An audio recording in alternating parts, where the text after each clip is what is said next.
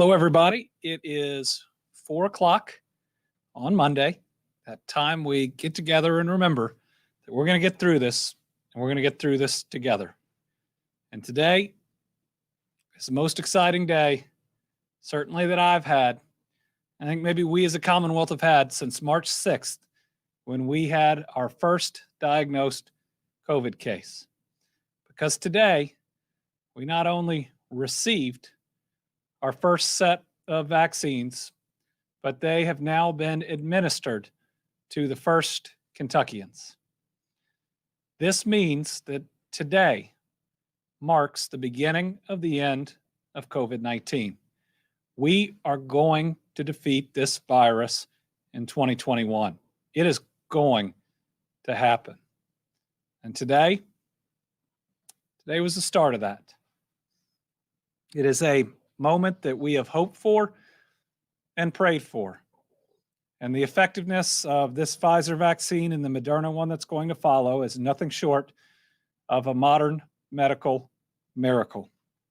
So this morning I was at the University of Louisville Hospital, where the first vaccinations in the Commonwealth and some of the first in the country were given to a couple that we've heard from of, well, why did the University of Louisville get it first? That's where the airport is.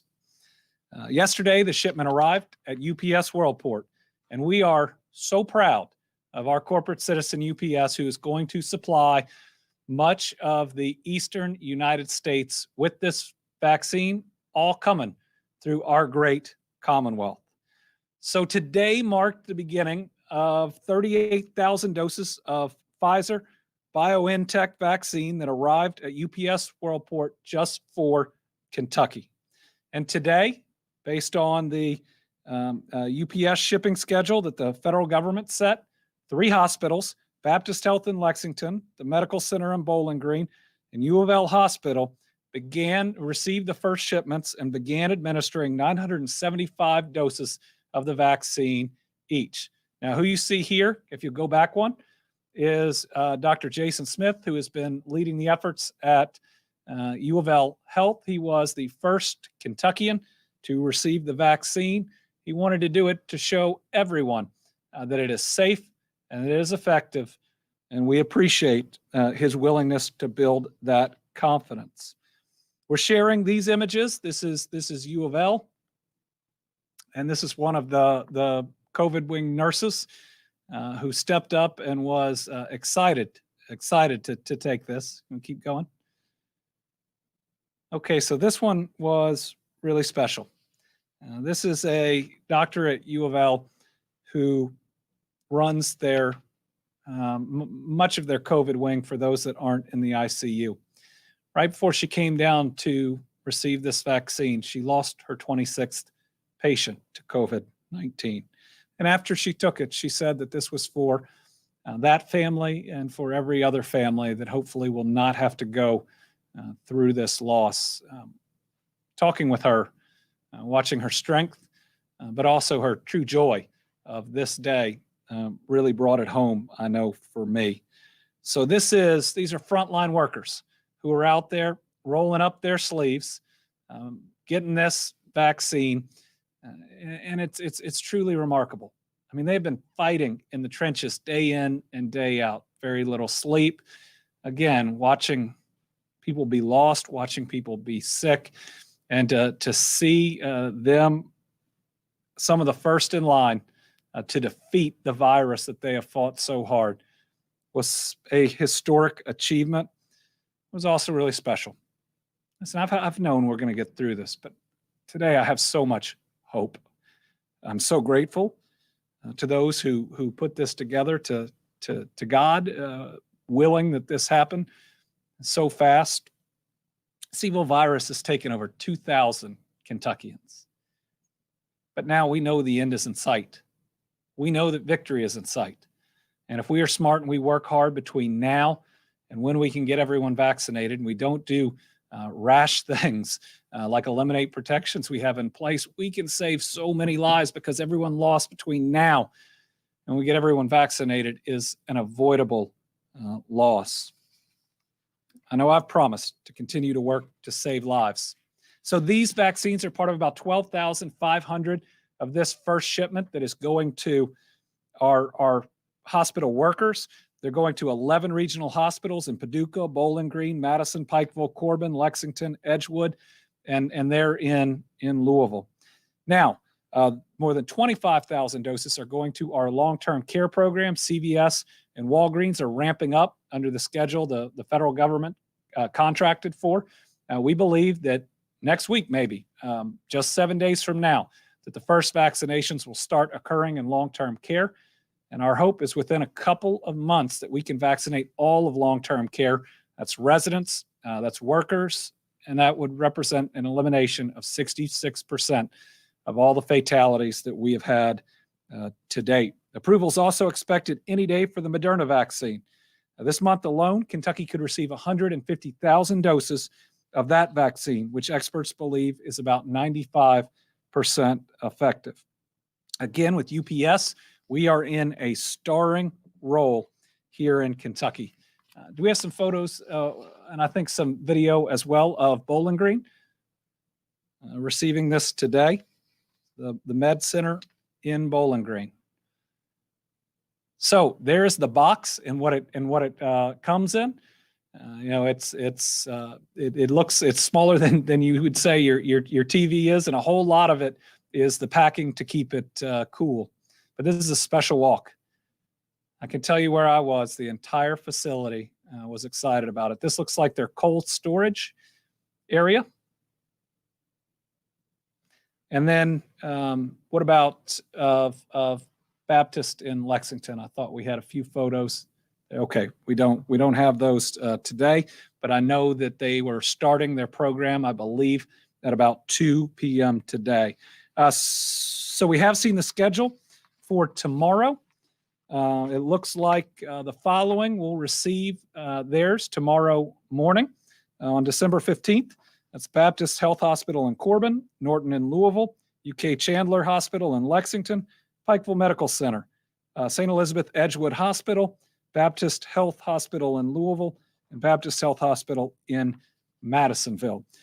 Every other one of those 11 facilities will receive it on day 3. Remember, we're 1 day ahead of the schedule that we believed would happen. And so these vaccines are happening, even if it's just a day, faster than originally anticipated. I do want to say I got an opportunity today to greet a number of nurses working in the COVID wing there at U of L Hospital.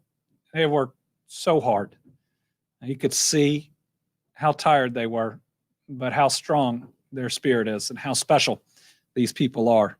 I want to mention them, at least some of them, by name if I can, because they deserve a whole lot more than that. Crystalline Hooper, Amy Jo DeVault, Matt Greslick, Frank Para, Tracy Burchett, Beth Payne.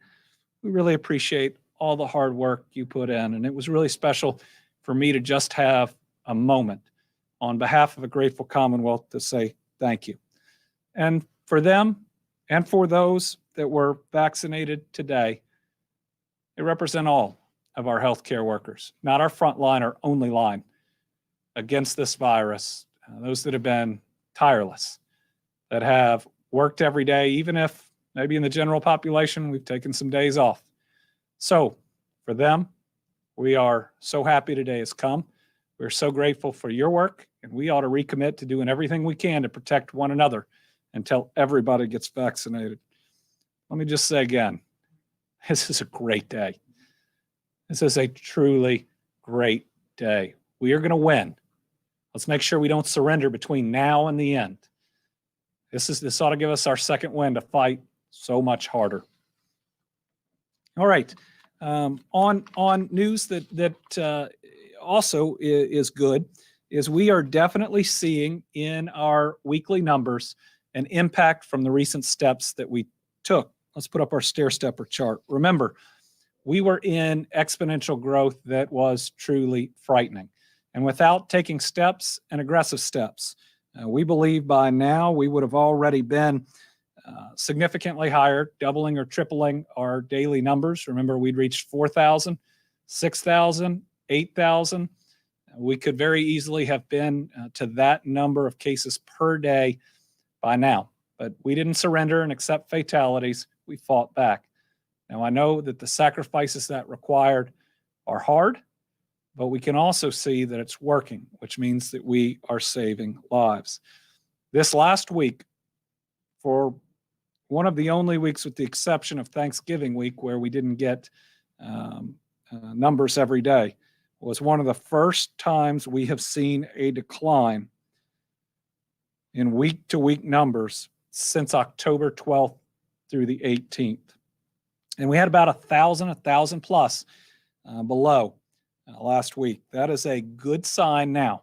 We still don't know if the impact of Thanksgiving, of people getting together in big groups, if you did, whether or not we're going to see those cases rolling in. If we do, we still know that we have significantly slowed the growth. It'll have been actions of a few that mean maybe the impact is not as significant. But no question, just like in March and April, and just like in July, taking these steps has made a difference, at least slowing, if not plateauing, the growth we were seeing, and we hope that we will continue to see a decline.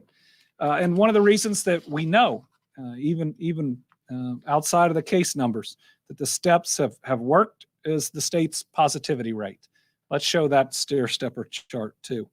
Now, we've been telling you that we've had multiple days of a decrease, but just look at this chart in that from October 11th all the way through last week, we had seen increase over increase over increase. And for the first time, we have a week-to-week decrease, and it's almost 1.5 points. That's a big deal, and that's a leading indicator. Now, you're going to see today's positivity rate is up about 0.06 of a percentage point above where this is.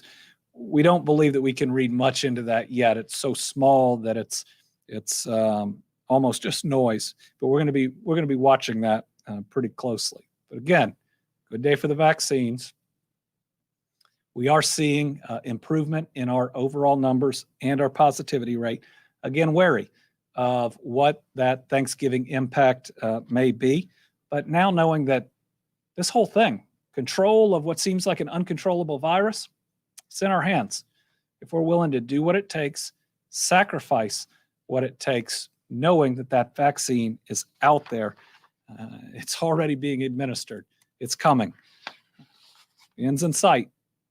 It may be the end of spring, it may be the end of summer, but the end is in sight. Today's report reflects that, at least in terms of the overall case numbers. 1,802 new cases of the coronavirus. This is less cases than last week on Monday, which was less than the week before. Brings our total number of cases to 224,890. Positivity rate, 8.58%. Again, slightly up. We don't know enough to read anything into that yet, but we are going to watch it and watch it carefully. New cases by county: Jefferson 346, Fayette 146, Boone 73, Warren 53, Kenton 49, Pulaski 49. Pulaski has been at the top of this list for almost the last week. Carter County 44, a lot of cases for Carter. Harlan 44, Christian 43, McCracken 41. You can find the rest on kycovid19.ky.gov. Now, today is hard because we've lost 17 additional Kentuckians. And remember, deaths lag cases by a couple weeks. So even if we can continue our downward trend in cases and our positivity rate, we're still going to have more loss before we have less loss. These are all families that need your help. I was thinking about that individual who was lost today right before the vaccinations. They're going to need your help. We were thinking about how that doctor who we were talking to was there with these individuals who couldn't be with their family and who are dying in the loneliest of circumstances. Let's make sure that fewer and fewer individuals are lost this way. And until we defeat this virus, let's light our homes up green. Let's ring the bells at 10 a.m. Let's be there for each other. You know, I was out early this morning, heading off to to greet that vaccine shipment when it came. And I saw about twice the number of green lights that I remember seeing about a month ago on the way. So keep it up, Kentucky. All right, today's loss include a 74-year-old man from Bath County, a 92-year-old woman from Callaway, 2 individuals from Fayette, an 81-year-old man and a 92-year-old woman. 3 individuals from Hopkins County, 69-year-old man, 61-year-old woman, and an 83-year-old man. Jefferson lost 3 more individuals, a 77-year-old man, a 37-year-old woman, and a 74-year-old woman.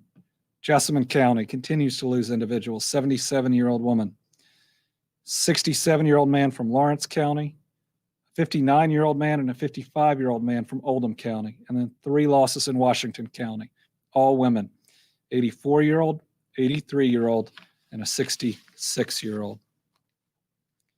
Now, for the second day in a row, a little piece of good news.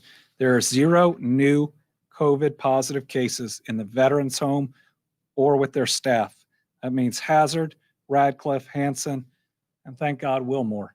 No new positive tests. And in Wilmore, I believe we've gone 27 days without a new COVID positive veteran. For a facility that was hit so hard and where we've lost so much, that's a little bit of good news. So even in a day with good news, we still grieve those that have been lost. And today we're memorializing William Orban Mans. On Wednesday, November 25th, Kentucky lost William Orban Mans of Mount Sterling.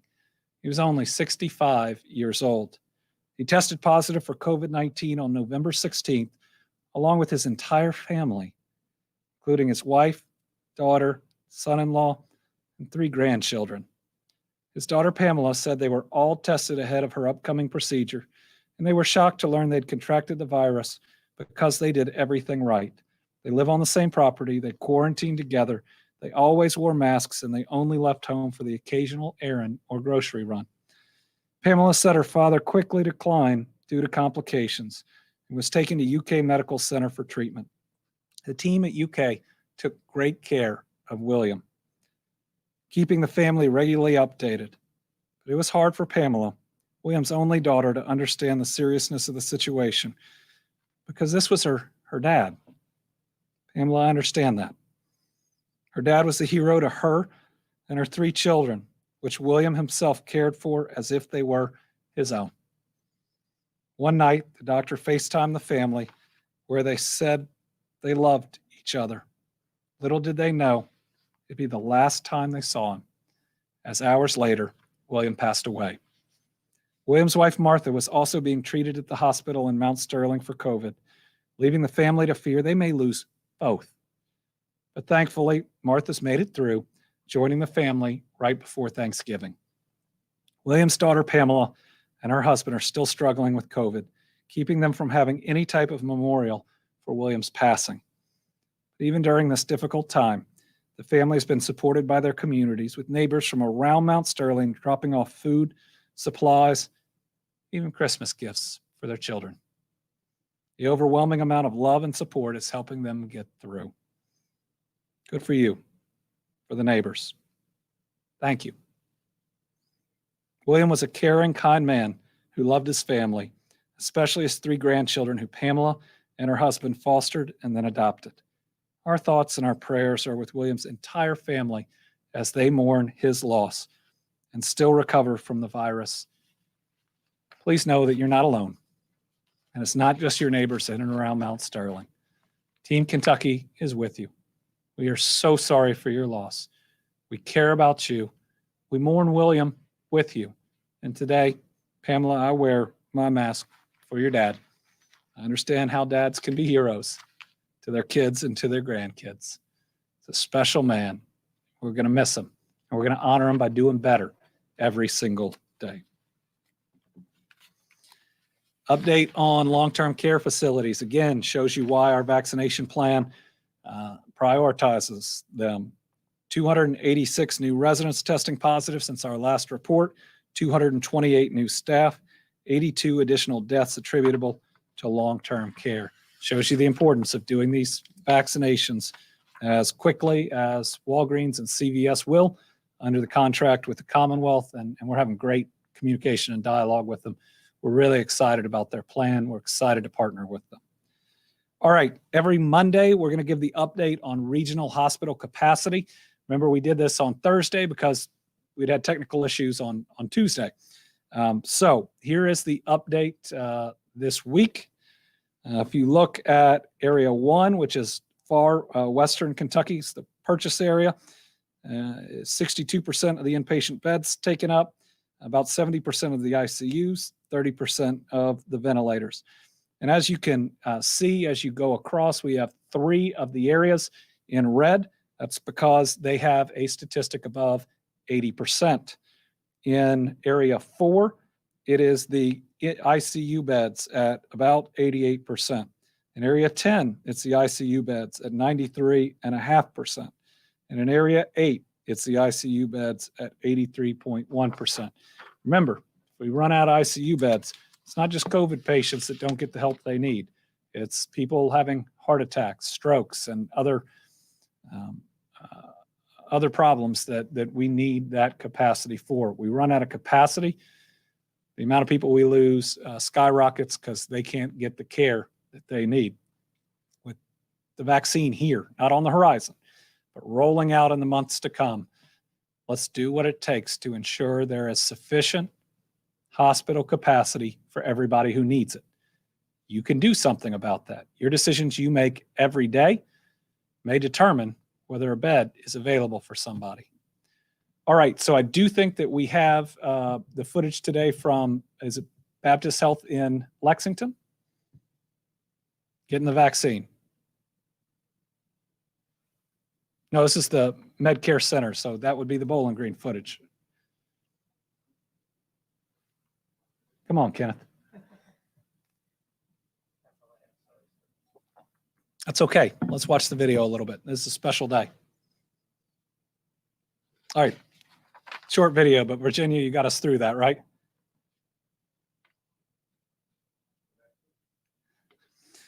All right. Couple more updates. Our Healthy at Home Eviction Relief Fund. This fund is to help make sure people don't lose their home or end up in significant debt during this period of time. Also provide relief to landlords. Remember, we opened it at $15 million. We've already approved over $12.3 million. We added an extra $1 million of Team Kentucky funds. With the remaining amount, we are going to open this fund, which we had to close again tonight, for 24 to 48 hours until enough applications have come in for the remaining dollars. So that's several $1 million that remain. So again, you're going to have 24 to 48 hours if you haven't put in an application to try to do so. We want to get all this money out the door by December 31st. Take advantage of this. Our eviction relief fund worked incredibly well. And now our utility relief fund is working well too. We just want to get every single one of these dollars out. All right. Final topic before we turn it over to the Lieutenant Governor and then answer questions are about schools. As you all know, in an effort to stop the exponential growth of this virus, we took some aggressive measures. While most schools around the state had already moved to virtual options, we believed it reached a point where it was necessary to instruct all schools to go to that model until January the 4th.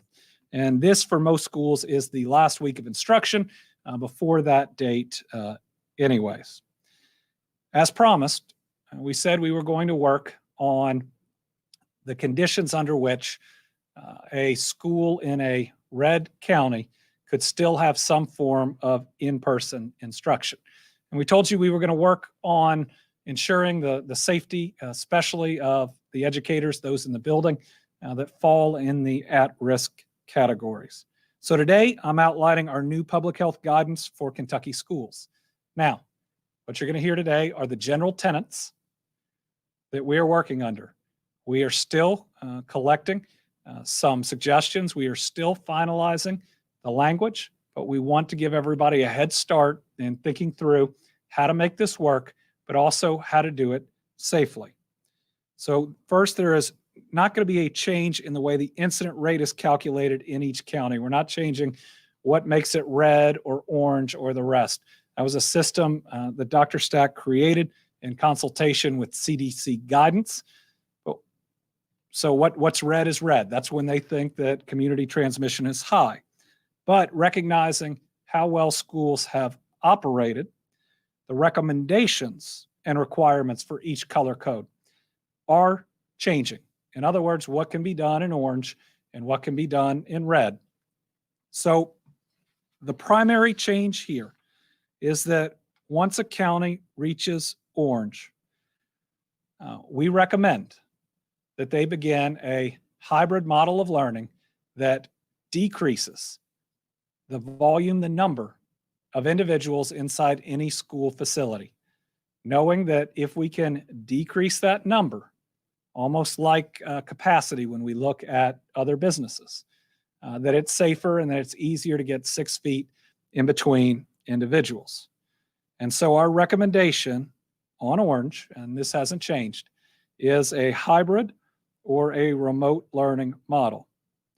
Now, the major change is when you hit red. And in red, our recommendations, and again, there's going to be some requirements we will talk about as well, are that you consider remote learning or you more aggressively implement that hybrid model. In other words, starting January 4th, there can be in-person instruction in red counties. But our recommendation is that it is done through a more aggressive hybrid model than would be used in orange, whereby we continue to decrease the number of individuals that are going to be in a school building at any point in time. Those are the changes in the color-coded recommendations. But to operate in this manner, a couple other things have to be done.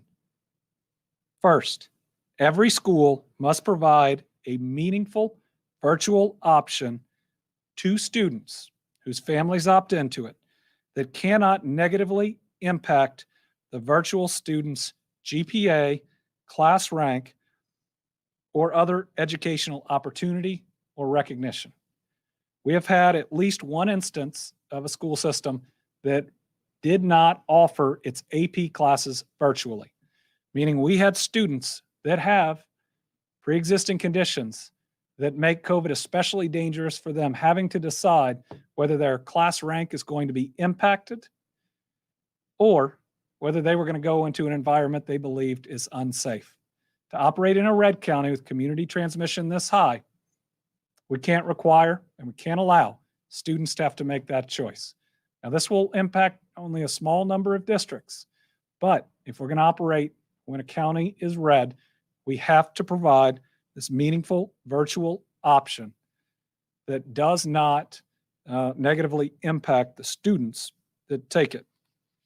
Next big piece, schools must accommodate and provide an accommodation to educators and employees who fall into the high-risk category. Now, these accommodations can come in different forms, and we'll be using the high-risk categories that the CDC has outlined. But if you have employees that are 65 and older, that have heart, lung, or kidney disease, these are employees that must be provided some accommodation. This is what keeps them safe. To say we're going to go to school when our county is red and force employees who are more susceptible to COVID that fall into one of those categories is something we cannot allow. However, we know that we've got a lot of great leaders that are out there that can work through this. We got a lot of students who are virtual. Our teachers who are at the highest risk can teach virtually. This is what it takes to make a school building safe, not just for children, which we talk about all the time. That's incredibly important. My children will be going into those buildings, but it's got to be safe for those educators too. Remember, we've already lost a custodian, 2 bus drivers, a teacher, and a student. That's the bare minimum that we know about. We want to make sure we don't lose any more. Next point, the Healthy at School guidelines, which have been guidelines, will now be mandatory starting January 4th, 2021.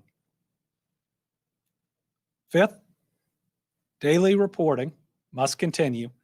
That is the dashboard that's reported on so that parents can see in real time, day to day and week to week, number of positive tests, number of quarantines, so that they can get an accurate picture and make a real-time decision on their child and whether it is safe for them to be in in-person instruction. And last, and this is a recommendation that came from both KDE and from the Kentucky Department of Public Health. We recommend, but this is a recommendation, that schools not return to in-person learning sooner than January 11th, 2021. And let me explain why that is. Normally you'd start back on the 4th, but the need to have 14 days, the cycle of the virus, between Christmas and New Year's, when we expect, and certainly Christmas, lots of individuals to get together.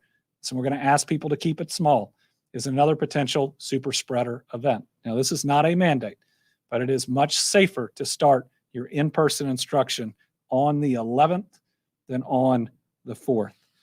So that is the basic outline. Yes, there's going to be a lot to fill in, but we believed it was important to lead with this information as early as we can, and we'll be receiving more feedback. We've already received a lot of feedback from now and to when it all goes in writing. We expect to have that executive order out this week. With that, I want to turn it over to our educator here on Team Kentucky, Lieutenant Governor Jacqueline Coleman.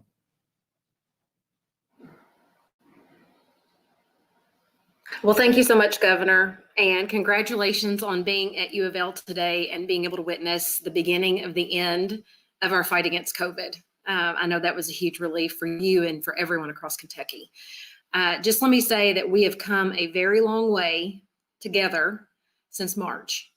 An endeavor that's as big as this one it requires collaboration. And that is why I'm so glad and so grateful that we have an education first governor, that we have a board of education that is second to none, and a commissioner who jumped in with both feet in the middle of a global health pandemic, thanks to the support that he has at the Department of Education. So many of you know at the beginning of the pandemic, none of us really had any idea what was coming.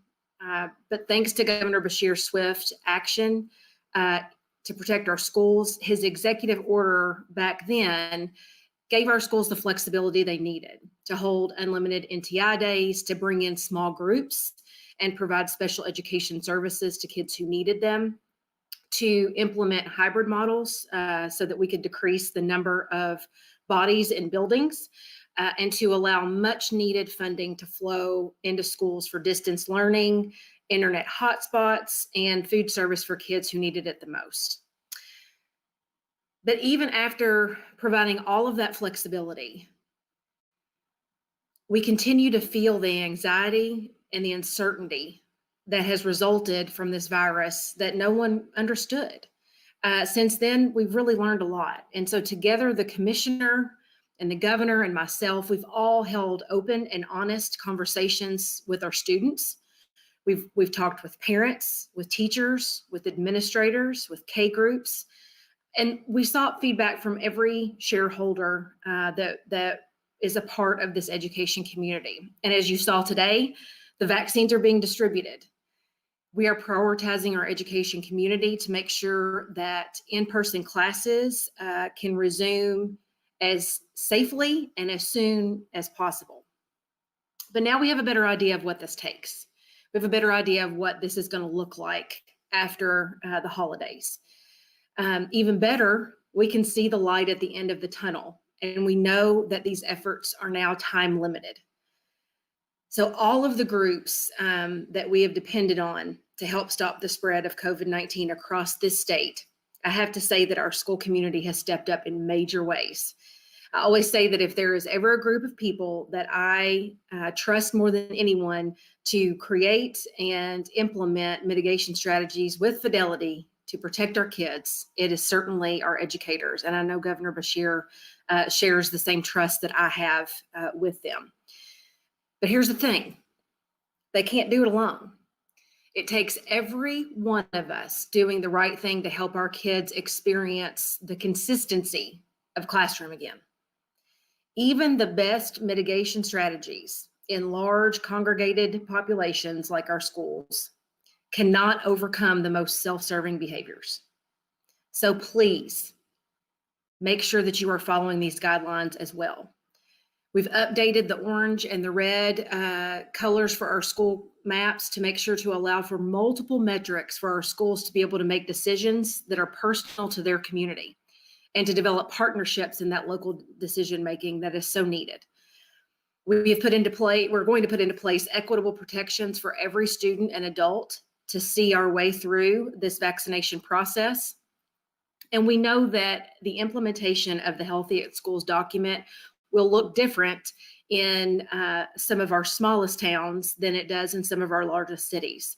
And so that's why we are making sure that this guidance is there, that scientific data and multiple metrics are there, and that our schools are able to implement that as they see best suits their community and their school districts. So with that, I want to say we are almost there. We are almost there. Make sure that you mask up and do everything that you need to do to help get our kids back in school and help them to stay there.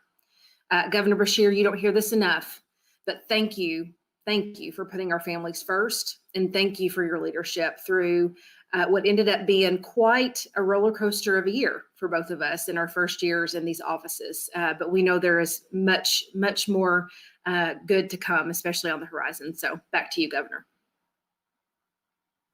All right. Thank you very much to our Lieutenant Governor, and maybe the first educator of the Commonwealth. We'll open it up to questions. I'll start with a couple of written questions. Are the Latin organizations as well as Spanish language media going to be a part of the outreach for the vaccine? Yes. We're going to be doing Spanish translations for print and video elements. We will feature them in print publications and on TV, print publications such as Al Dia, TV stations such as Telemundo and Univision. We'll be working on ensuring that underserved populations are included in every aspect of this rollout. We are committed to an equitable rollout of the vaccines and understanding in different areas where we will need to build the confidence in these vaccines. All right, Tom Latek from Kentucky Today.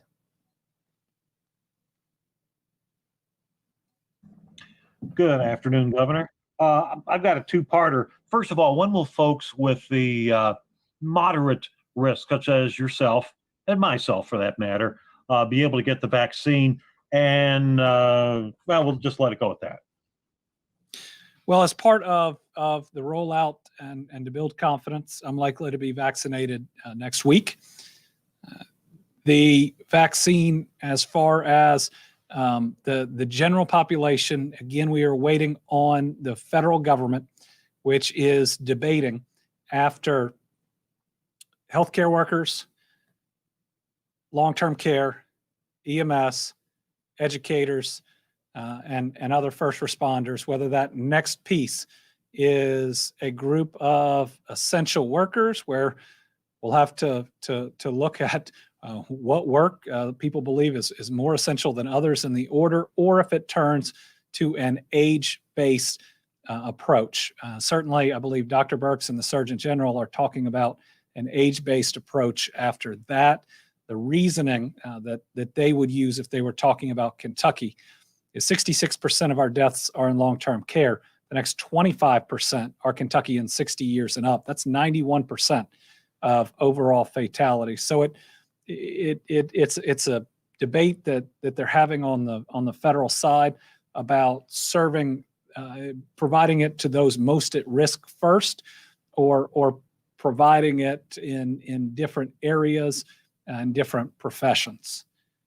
Catherine Collins from WLEX. But I will say it's awesome that the vaccine is here. I'm just thrilled today. Thanks, Governor. Is guidance for Christmas celebrations going to be different from Thanksgiving, or will it be the same? We'll have that guidance up soon. I believe I'm supposed to review the final guidance that's sitting on my desk right now. Let me just give the overall advice.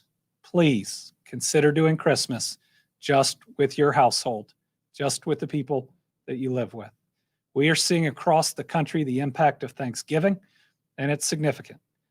I hope here in Kentucky, the steps we took, taking them before Thanksgiving and extending them afterwards, help blunt the impact. But we are seeing Thanksgiving as a super spreader event that is ultimately harming individuals and even taking lives because people got together in a big group. I love Christmas. It's incredibly important to me. It's incredibly important to my faith. And Christmas, as much as we love it, isn't about getting together with a lot of people. To me, it's about the birth of Jesus and remembering what the teachings from that day and forward meant. And so with my family, it's going to be Brittany and I and the kids, because that's going to protect other people, and because my faith teaches me, especially on Christmas, we should be honoring and loving our neighbor and doing what it takes to keep them safe. To all the kids out there, I know Santa Claus has natural immunity from COVID, and I know that he will be out this Christmas, just like other Christmases in the past, even when we've been in the middle of a pandemic. So no worries there. Joe Ragusa from Spectrum. Hi, Governor. So I want to ask about the Bar and Restaurant Relief Fund. Do you have an update on where things stand with that fund? Have you eclipsed 40 million with that, or at least applications for 40 million? And where do you see the future of that fund now that the restrictions have expired? So that fund will remain open until we hit that 40 million. I don't have the numbers in front of me. I've previously committed to increasing the dollar figure, provided we can, if we have more applications. I know the applications have come in. I know the dollars are flowing out. We had a real special woman who runs a restaurant that wasn't claiming the whole thing. Probably could have. Was claiming about half of it. Now, our folks had to call her and talk through a couple of issues about it. And she said, I don't want to be greedy. But we've had these costs, and they got to approve her application just for half of what was available. And she started crying on the phone. I know $10,000 won't make up for what COVID has done, but if it provides help and it provided her relief, we're happy we can do it. Joe, we'll get you the updated numbers as of today. All right, Shelby Smithson from WKYT. Hi, Governor. Do we have any estimation of when or how much of the population needs to be vaccinated before we start seeing impacts reflected in case numbers, number of deaths, and so on? That's a good question, because nationally they talk about 70 to 80% of the population needing to get vaccinated so we can develop herd immunity and to be fully past this thing. I don't have an estimate of the amount we need to start first seeing the numbers impacted. And you're right, a lot of the federal experts are talking about this right now, that we won't see it immediately. What we should start seeing, at least once we get through those 2 months of vaccinating our long-term care residents, is our fatalities in that demographic going down, which should cut down on our overall number of deaths and the pace of our number of deaths. So certainly that should have an impact there. On the other side, what we won't see, because we don't quite have ways of reporting it each day, is that our healthcare capacity will be better protected. And it'll be better protected for two reasons. Number one, we'll have vaccinated our healthcare workers. But number two, the long-term care workers use the most resources. They need the most help when they go to a hospital, and that's for a number of reasons. And so what we'll be watching as the long-term care community gets vaccinated is we ought to start seeing the number of ICU beds going down. But the question will be going down from what number? Because it's going to take a while to get everybody else vaccinated. So if we give up, if we don't fight every day, if the legislature just takes away all the capacity restrictions we have right now, we're going to see all of our other numbers skyrocket. And that may mean we'll see more cases and more death before less. But that shouldn't happen. We just do the smart thing now moving forward, knowing victory's in sight. We ought to start having a real impact. But our numbers of vaccinations, say through the end of December, aren't close to enough to start seeing those. If we can continue to see our numbers go down or even stabilize, it's because of our behaviors. It's because of us fighting harder. And that's what we need to do. All right. Can I clarify the declaration on when restaurants and bars may ease restrictions? That started at 12:01 this morning. Though, remember, at night, there is a cutoff for bars and restaurants on their hours. So bars and restaurants can now be at 50% capacity. And I know that there are, I mean, we get this every day. There are some that think we shouldn't have taken those steps, and there are some that say, how could you ease them? Right? You know, you're doing the right thing if you get it from both sides, I guess. But this was always intended, even from the announcement, to be a time-limited measure, a shock to the system, to try to get us to a better place and to stop exponential growth. That time-limited action worked in July, and it appears that it is working now. Josh James from WUKY. Hi, Governor.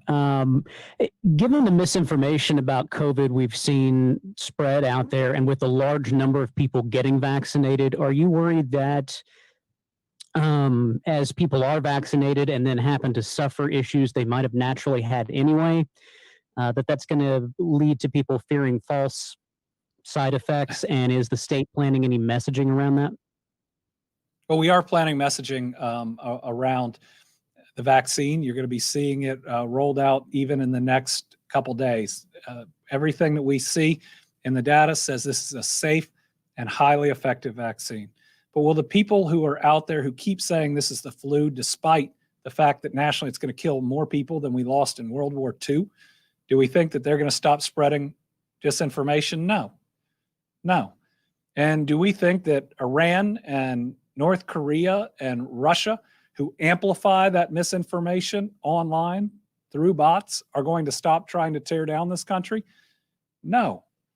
But I'd hope at this moment that a lot of people who haven't been doing the right thing pause and say, you know, the end is in sight, and let's be a part of getting us through this. But do I expect those who spew hate online to stop spewing hate? Probably not yet. But we hope that the better angels of our nature will influence them. Maybe the next time that they virtually watch church or their house of faith, that maybe they hear the right message that gets them rethinking their humanity. But let's not let that overshadow the vast majority of Kentuckians doing the right thing. And I got to see so many of them at the hospital today. We are a commonwealth and a country full of truly amazing human beings. And maybe today, when we have so much hope, first set of vaccines, we can see that in that positive way. I had a rabbi the other day. We lit a menorah together here in the Capitol. Give me a book on positivity, and you know, I really appreciate that. Today's the day I feel it. John Boyle from WFPL. Sorry about that, John. Hello, Governor.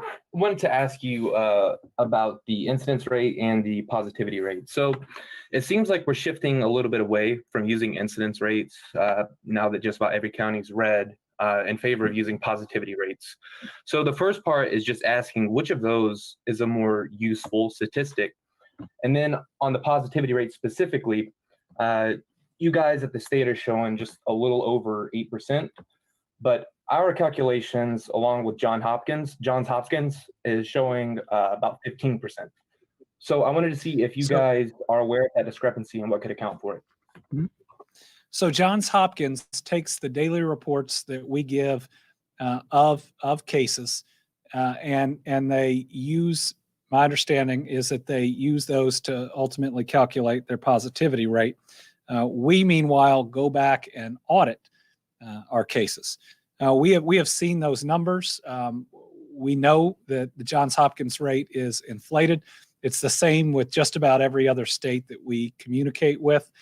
We even ran, before we switched over to using only electronically submitted labs, an audit of what that would look like and its accuracy, and we are confident in it. Our positivity rate is directly calculated by electronic lab submissions of total cases and positives. So we can stand by that. Now, it's high. Even in 8%, it's higher than we'd like. As far as the mapping that we look at, it is still very difficult to get an accurate day-to-day positivity rate in many of our counties simply because of the population. We only have 4.5 million people, yet we have the second most counties of any state in the country. We believe that the incident rate is still what we ought to be looking at for whether there is significant community spread. But on our school guidance, we've removed overall state positivity rate, believing that we can operate if we are in a more aggressive hybrid model, which is our recommendation, even at higher positivity rates. Now, we'll all be watching it. And if things get out of control, we all know that we may have to take more steps. But we think that both of them are things we got to look at every day, along with all the rest of the data that is out there. Stu Johnson from WEKU. Good afternoon, Governor. Related to the comments you made about the Eviction Relief Fund, at the end of December, the eviction moratorium could expire if federal action is not taken. Would you or could you envision state dollars being available to help people in January who might face eviction at that point? I can't envision that. And in fact, when I give my State of the Commonwealth about what we're going to do this next year, you can expect that we're not just going to be bold about creating jobs and investing in our future. We're going to be looking at providing relief to Kentuckians that are struggling and those that have been impacted most by this virus, both individual Kentuckians and small business. We're not going to stop helping just because we go from 2020 to 2021. Now, we can help a whole lot more people if the federal government would act, because somehow it's in the middle of December and they still haven't even authorized dollars for us to continue testing and tracing and vaccine dissemination. And that's malpractice. Joe Sonka from the Courier-Journal. Thanks, Governor. You've said that teachers and school workers will be receiving the vaccine after long-term care and health workers. I'm checking to see when you think that is going to take place. And is this going to be several or a few months into the school year before we start seeing teachers vaccinated? So that depends on the production schedule. It depends on the numbers we're going to get from Pfizer for their second two shipments, which we haven't received, and the next set of Moderna numbers. I expect that we will begin the vaccination efforts with educators by the 1st of February. I hope that we can move up that timeline. So as you can see, we've got today the changes we're going to make sure that schools that want to do in-person learning, some form of in-person learning in red counties, are better protecting both students and educators, but knowing that it's very time limited, because we believe educators will be getting vaccinated in the near future. Now, that's an estimate on when we start. And again, I'm comfortable that we're going to start the beginning of February. I hope it can be sooner than that. And thus far, we've beaten every deadline. But remember, we have a lot of educators. So just because a program would begin at one point doesn't mean it's available for everybody. That's going to be tough, right? Every school district's going to want to be first, and every school district is going to want to get all the way through their folks before other school districts. Again, it's going to be the impossible patience game. But That's what we're going to have to see. But again, I'm so excited that the vaccine is here. And it's one of the reasons that I'm less worried about building confidence, that we're going to continue to do so. I'm more worried about what we hear. No matter who gets the first one, everybody else is upset, or no matter which 11 are picked, everybody else, wants it now. And I get that.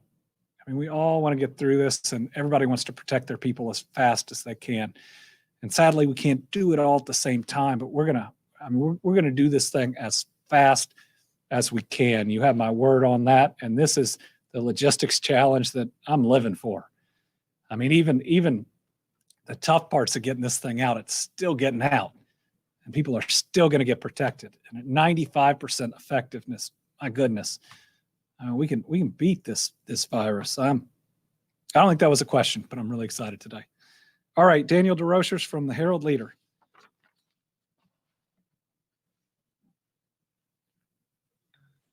Hi, Governor. Sorry, I was having trouble with the mute button. I have a couple of clarification questions about this school thing. So you said the healthy at school guidelines will now be required and not recommended. Does that include those what were previously recommendations for the orange and red counties? Are those that list? Is that now requirements? And then my other question is, with the more aggressive hybrid learning in red counties, is there any more specificity about what that means? I mean, technically, wouldn't that mean 5 kids get sent home between orange and red, and they qualify as a more aggressive hybrid learning process? No. So the orange and red counties on the chart that you see, that is still recommendation, subject to local decision making. The overall document about being healthy at school, prepared by KDE and the Department for Public Health, those guidelines will now be mandatory. So the more aggressive hybrid model is going to be in the discretion of the school district, but it's asking them to think and to take extra steps. If you are already going to start with one step to reduce capacity, think about what the next step would be. And again, it may be different in different places. And we want to provide the flexibility where if you have a really big building and fewer students, it might be different than where I went to high school, where we had 2,000 students in a building built in the 70s, I believe. So this is one of those areas where there is going to be local decision making. And what we ask is for people to be thoughtful. And when we ask them to take additional steps, we may have suggestions on what the additional steps will be, but we're not going to set a number on it. It's just asking people to go a little further, be a little more thoughtful. And if we've already protected those teachers and other workers that are in the most at-risk areas, and we've removed any incentive or disincentive, how you view it, for an immunocompromised child to have to make a decision against their health to come to school, then we believe that it can be safe. Now, we're going to hear from, I'm sure, some different school leaders that these things are really hard. Yes, operating safely in a pandemic is hard, but that's why they're the top leaders in education in their community. We've set out tenets. It's time for them to make it happen. I know they can. It requires being flexible and fluid. And with vaccines coming along the way, remember, we have highly prioritized the education sector. And once we get all those individuals who are willing, vaccinated, who work there, we can do more and more and more, even in red counties. So not only is defeating COVID in sight, but getting back to normal school is in sight too. And we just got to be careful. And we got to be patient, and we got to protect the most vulnerable to get there. All right, everybody, it's been a heck of a day. This is the best I've felt since March the 6th. We still have a long way to go, and we may still have some difficult months. And sadly, our families are going to continue to lose people during those months. But this vaccine is real. It's now even gone into people's arms. We will defeat COVID in 2021. We just need your help as we work to get there.